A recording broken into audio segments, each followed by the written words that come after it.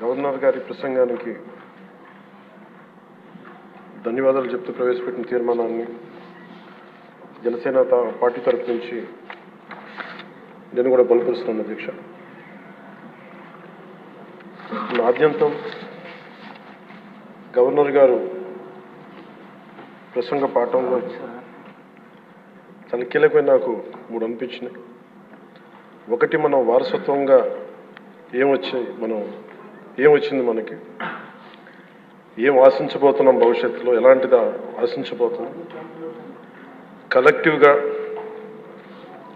మనందరం కలిసి ఈ రాష్ట్రాన్ని ఈ కూటమి ద్వారా ఎలా ముందుకు తీసుకెళ్ళాలి అనేది 3 చాలా స్పష్టంగా చెప్పారు. గవర్నర్ గారి ప్రసంగంలో చాలా ప్రత్యేకించి చెప్పింది ముందస్తుగా ఆంధ్రప్రదేశ్ రాష్ట్రం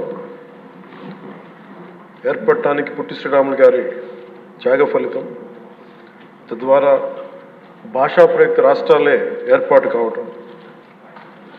అలాగే దానికి ఇంకొకటి నాకు అనిపిస్తుంది అధ్యక్ష, పింగళ వెంకయ్య గారు కూడా అంటే ముఖ్యంగా ఆంధ్రప్రదేశ్ నుంచి వచ్చిన పొట్టి శ్రీరాములు గారు కానీ, మువ్వెన్నెల జెండాను రూపొందించిన పింగళ వెంకయ్య గారు కానీ దేశాన్ని ప్రభావితం చేసే స్థాయి వ్యక్తులు. ఒకరి త్యాగం వల్ల భాషా ప్రయుక్త రాష్ట్రాలు ఏర్పడితే ఇంకొకరి రూపకల్పన వల్ల దేశానికి జెండా వచ్చింది. ఇలాంటి గొప్ప మహానుభావులు పుట్టిన నేల. దామోదరం సంజీవి గారు లాంటి మహానుభావులు సంస్కరణలు తీసుకోవాలి, అలాంటి వారు గొప్ప సంస్కరణలు తీసుకొచ్చిన నేల ఇది. పివి నరసింహారావు గారు, అలాగే శ్రీ ఎన్టీ రామారావు గారు, వీరందరి పరంపరలో ఎప్పుడు ఆంధ్రప్రదేశ్ ముందుకెళ్తూనే ఉంది. అలాగే ఈరోజు ముఖ్యమంత్రి వారిని గౌరవ ముఖ్యమంత్రి శ్రీ చంద్రబాబు నాయుడు గారు లేరు, వారి గురించి కూడా చెప్పాల్సి ఈ సందర్భంలో. ఆంధ్రప్రదేశ్కి ఎవరన్నా రావాలి అనుకుంటే ముందస్తుగా చంద్రబాబు గారు పాలన స్టార్ట్ చేసినప్పుడు, ఆయన ముఖ్యమంత్రిగా ఉన్నప్పుడు ప్రతి ఒక్కరూ మేము వచ్చి ఆంధ్రప్రదేశ్కి వచ్చి పని చేయాలి, ప్రతి ఐఏఎస్ అధికారి, ప్రతి ఐపీఎస్ అధికారి తపన పడేవారని నాకు ఢిల్లీలో చాలామంది ఐఏఎస్ అధికారులు చెప్పారు.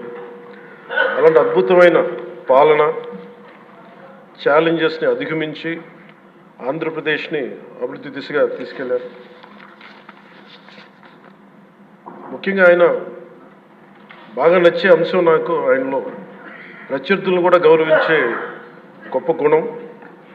మొన్న ఈ మధ్యన మాకు చెప్తూ కూడా రాజశేఖర రెడ్డి గారి గురించి చెప్తూ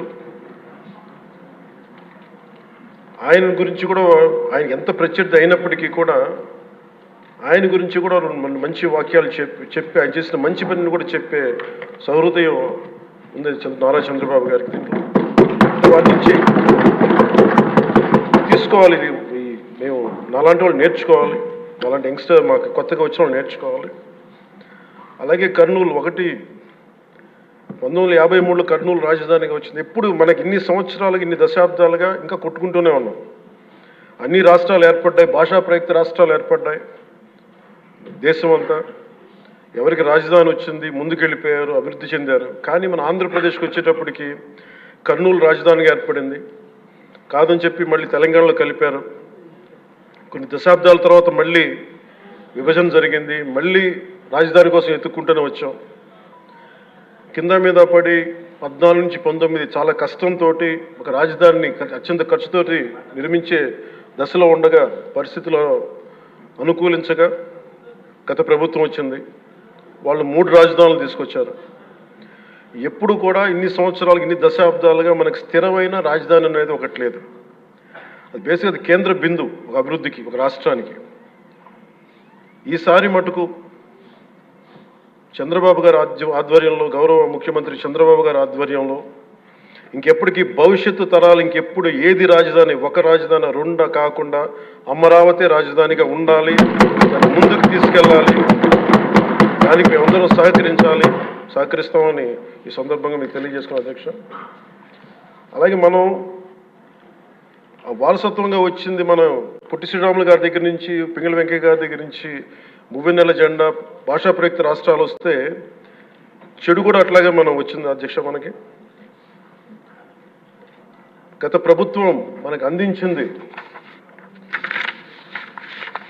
కీలకమైన పోలవరాన్ని పూర్తి చేయకపోవటం, సకాలంలో పోలీసులకు కానీ మిగతా ఉద్యోగులకు కానీ జీతభత్యాలు ఇవ్వలేకపోవటం, అన్ని డిపార్ట్మెంట్స్లో నిధులు మళ్లింపు, కనీస రోడ్లు కానీ బ్రిడ్జెస్ కానీ మౌలిక సదుపాయాలు లేకుండా చేయటం, రివర్స్ టెండరింగ్ అని కానీ వ్యవస్థలను నిర్వీర్యం చేయటం, సహజ వనరుల దోపిడీ, ఎర్రచందనం దోపిడీ, ఋషికొండ ఇలాంటి వైజాగ్లో ఎర్రమట్టి దిబ్బల్ని అడ్డగోలుగా నాశనం చేసేయటం, మద్యం ద్వారా కూర్చోబెట్టి అరాచకాలు చేయటం, పెట్టుబడులు వద్దామని ఎవరైనా వస్తుంటే వాళ్ళు భయపెట్టేసి రివర్స్ టెండరింగ్ అని చెప్పి వారిని పారిపోయేలా చేయటం పారిశ్రామికవేత్తలని. ఇది మనం తద్వారా మనకి వాళ్ళ ద్వారా కూడా వచ్చిన వారసత్వం అధ్యక్ష. వీటన్నిటిని అధిగమించి ఎలా ముందుకెళ్ళాలి, ఏ స్థాయిలో వెళ్ళాలి అనేది నేను మొన్న ఎలక్షన్ ముందు కూడా మా సహచరులందరికీ కూడా చెప్పాను, ప్రతిసారి ప్రజలందరికీ కూడా తెలియజేశాను. ఒక సుదీర్ఘమైన అనుభవం నాయకులు ఈ రాష్ట్రానికి చాలా అవసరం. దేశంలో కూడా ఇంకెవ్వరికి రాని పరిస్థితి మన రాష్ట్రానికి వచ్చింది. మనస్ఫూర్తిగా నేను అంతకుముందు ఏమి చెప్పాను, ఈరోజు కూడా అదే చెప్తున్నా అధ్యక్ష. 4 దశాబ్దాల సుదీర్ఘ అనుభవం ఉన్న శ్రీ గౌరవ ముఖ్యమంత్రి శ్రీ నారా చంద్రబాబు నాయుడు గారి అధ్యక్షతన ఆయన లీడర్షిప్ కింద మేమందరం నేర్చుకుని, నాలాంటి వాడుగా నేర్చుకొని కింద పనిచేయడానికి, రాష్ట్రాన్ని అభివృద్ధి వైపు పయనం చేసేలా ముందుకెళ్ళడానికి సంసిద్ధంగా ఉన్నాం. మేము దాన్ని కట్టుబడి ఉన్నాం. ముఖ్యంగా లా అండ్ ఆర్డర్ చాలా క్షీణించిపోయింది. ఈ లా అండ్ ఆర్డర్ విషయంలో చూస్తే సాక్షాత్తు గౌరవ ముఖ్యమంత్రి గారిని దాదాపు అకారణంగా అన్యాయంగా 53 రోజులు ఆయన్ని ఒక ఫాల్స్ కేసులు పెట్టి జైల్లో పెట్టారు. అలాగే అధ్యక్ష, మీరు కూడా గతంలో మిమ్మల్ని కూడా ఎంత వేధించారో మా అందరికీ తెలుసు, సభ్యులందరికీ తెలుసు. నేను రఘురామకృష్ణరాజు గారు కూడా ఏ స్థాయిలో అనుభవించారో అందరికీ రాష్ట్రం అంతా తెలుసు. కానీ చాలా పెద్ద మనసుతోటి ఆయన వస్తే చాలా మనసు విప్పి నవ్వుతూ మాట్లాడడం చాలా ఆనందం కలిగించింది. మీ నుంచి మేము నేర్చుకోవాలి. ఎంత అంటే దాడి చేసిన, హాని చేసిన మీ పెద్ద మనసుకి సభాముఖం మీ అందరికీ మీకు ప్రత్యేకించి మీకు ధన్యవాదాలు చెప్తున్నాను. మీ అందరి నుంచి మీ నుంచి స్ఫూర్తి తీసుకుంటాం. మీ నుంచి అంటే తిట్లు తిన్నా కానీ, దెబ్బ తిన్నా కానీ ఎంత సహృదయతో ఉండాలనేది మీరు చూపించారు. ఇంకొక యాంగిల్లో శ్రీ నారా చంద్రబాబు నాయుడు గారు నిన్న కూడా చెప్తా ఉన్నారు, వాళ్ళు మన మీద దాడులు చేశారు కదా అని చెప్పి ఈరోజు మనకు 164 సభ్యులు ఉన్నారని చెప్పేసి, 21 మంది పార్లమెంట్ సభ్యులు ఉన్నారని చెప్పి మనం కూడా అలా చేయడం సహేతుకం కాదు. చాలా మనం యాజ్ పర్ సిస్టమే వెళ్ళాలి. నిన్న కూడా చాలామంది సభ్యులు మా మీద దాడులు జరుగుతూ ఉన్నాయి, మా మీద బెదిరిస్తున్నారు, ఈ రోజుకి ఓడిపోయి కూడా ఇంకా మన కూటమి సభ్యులందరి మీద బెదిరిస్తున్నారు అని అంటే చంద్రబాబు నాయుడు గారు ఒకటే చెప్పాను, మనం అలాంటి వాటికి నేను విరుద్ధం. మీరు అలా కనుక కాదు, సిస్టమ్ని కాదని కనుక మీరు చేస్తే మీరు నాకు దూరం అవుతారని చెప్పి చాలా స్పష్టంగా చెప్పారు. అది నాకు కూడా చెప్పారు, అది మీకు కూడా వర్తిస్తుందని చెప్పి ఖచ్చితంగా చంద్రబాబు గారు చెప్తాను ఈ దృష్టిలో ఖచ్చితంగా దాన్ని ఒళ్ళు దగ్గర పెట్టుకుని మేమందరం ఉంటాం sir. Will take your guidance very seriously and committedly sir.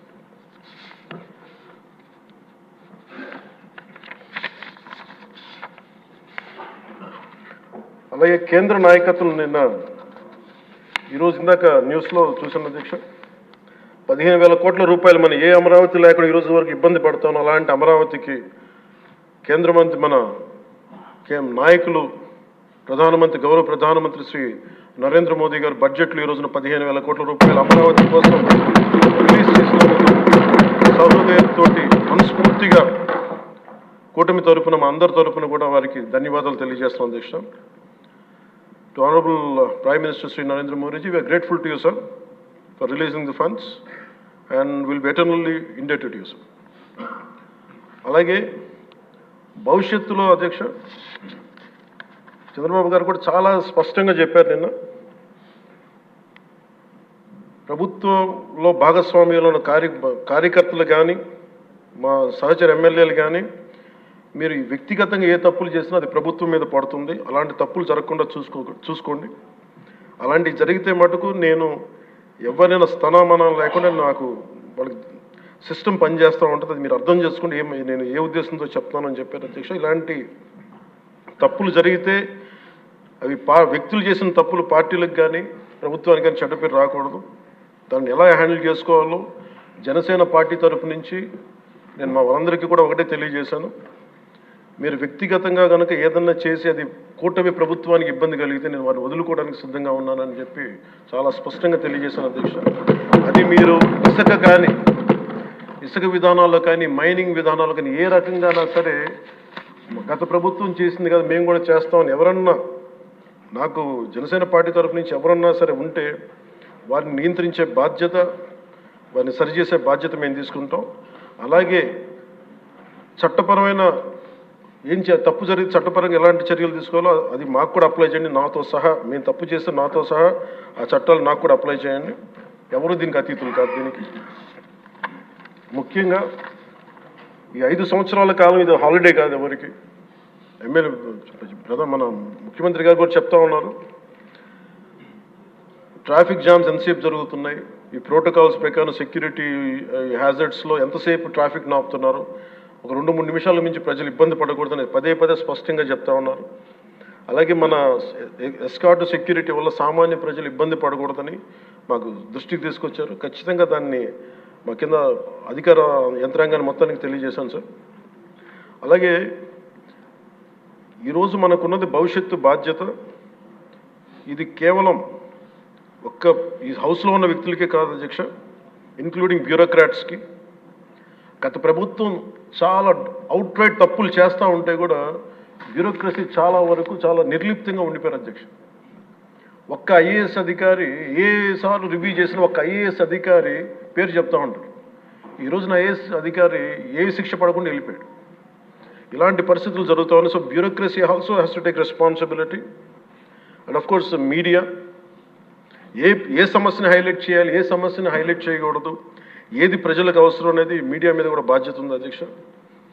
అలాగే సామాజిక మాధ్యమాలని స్థాయి దాటి మాట్లాడితే వారికి ఎలాంటి వాళ్ళని ఎలా పరిమితం చేయాలనేది కూడా ఒకసారి హౌస్ అందరూ ఆలోచించాలి. ఒకసారి దీని మీద ఒక విధి విధానాలు రూపొందించాలని కోరుకున్నాను అధ్యక్ష. అలాగే ముఖ్యంగా ఇక సభలో ఉన్న మా సహచర ఎమ్మెల్యేలు, గౌరవ ముఖ్యమంత్రి గారు, మేమందరం కూడా వీఆర్ ఆల్ కమిటెడ్ సార్. రాష్ట్ర భవిష్యత్తు కోసం, పునర్నిర్మాణం కోసం మేము సర్వం త్యాగం చేయడానికి సిద్ధంగా ఉన్నాం. తప్పులు జరిగితే వ్యక్తులు తప్పులు అవుతాయి కానీ పార్టీలు తప్పులు అవ్వం. సో ముగింపు వాక్యాలుగా అధ్యక్ష,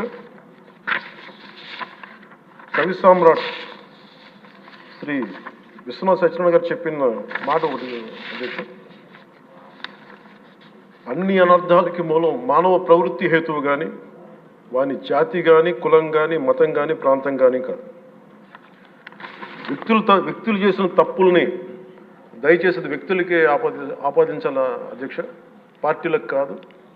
అలాగే ఈ క్రమంలో తప్పులు చేస్తే విధునీతిలో ఒకటి చెప్తారు,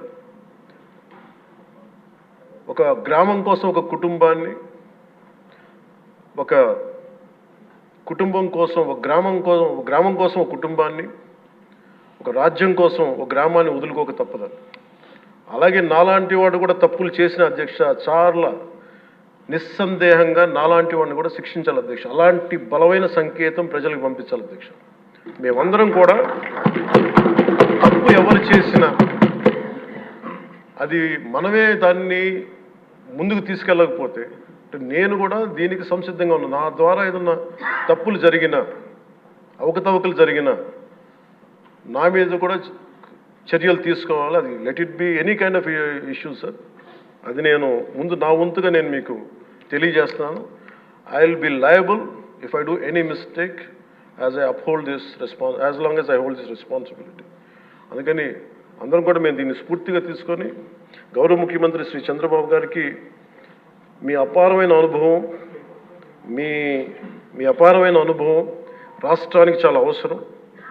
మేము మీకోసం అహర్నిశలు ఈ రాష్ట్రాన్ని తిరిగి గాడిలో పెట్టే వరకు మేము ఎప్పుడు కూడా మీ కనసాయిగల్లో పనిచేస్తాం అని తెలియజేసుకున్న గౌరవ ముఖ్యమంత్రి గారికి